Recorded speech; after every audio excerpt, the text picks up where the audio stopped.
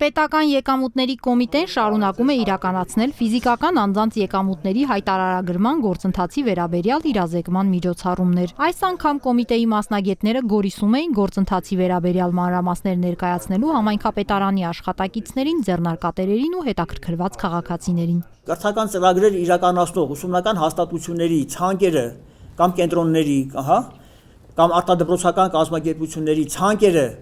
մինչև այս տարվա ապրիլի 1-ը տրամադրելու է պետական եկամուտների կոմիտեին պաշտոնապես,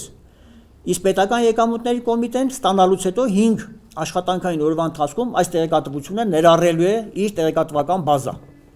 որից հետո այս կազմակերպությունները կարող են արդեն այս ծախսերի մասով կամ իրենց կողմից մատուցված ծառայությունների մասով դուրս գրել հաշվարկային փաստաթղթեր։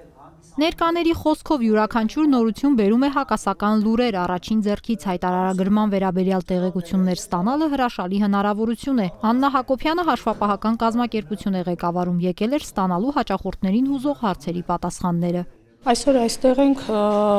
որպես հաշվապահական գրասենյակի ներկայացուցիչներ, որպեսզի կազմակերպության աշխատակիցները եւս մեկ անգամ ի թիվս այլ դասընթացների, որոնց մասնակցել ենք, եւս մեկ անգամ լսեն, եթե կան նորություններ, փոփոխություններ տեղեկացված լինել, որպեսզի մեզ դիմող հաճախորդների պահանջները առավել հստակ եւ ճշգրիտ կարողանանք բավարարել։ Գորիսի համայնքապետարանի աշխատակիցների կարծիքով իրազեկող հանդիպումները կարևոր են յուրաքանչյուրի համար, քանի որ հայտարարագրվող եւ սոցիալական կրեդիտներից օգտվող շահառուների դեպքերը տարբեր են։ Այս դասընթացը շատ կարևոր էր, մարդկանց շրջանում լայն շրջանակում մտահոգություններ կային, թե ընդհանրապես թե աշխատավայրում, թե առհասարակ խոսակցություններ կան, որ մարդիկ հարցնում են արդյոք արժե հայտարարագրվել թե ոչ։ Այս դասընթացը շատ կարևոր էր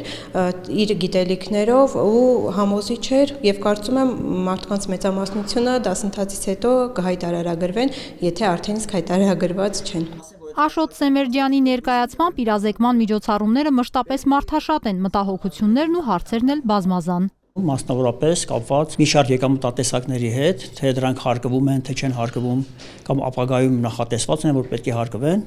մասնավորապես նվիրատվության գումարների հետ կապված, անհատույց ստացված գումարների հետ կապված,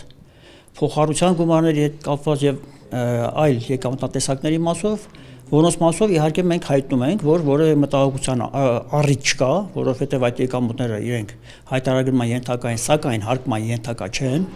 եւ առաջիկայում եւս դրանք չեն նախատեսվում, որ պետք է հարկվեն։ Հաճախ հնչող հարցերից է նաեւ, թե ինչպես պետք է քաղաքացին լրացնի հայտարարագիր, եթե 2024-ին աշխատել է Հայաստանում, բայց հիմա երկրից դուրս է եւ մինչեւ տարեվերջ վերադառնալ չի նախատեսում։ Այդ մասով եւս ուրեմն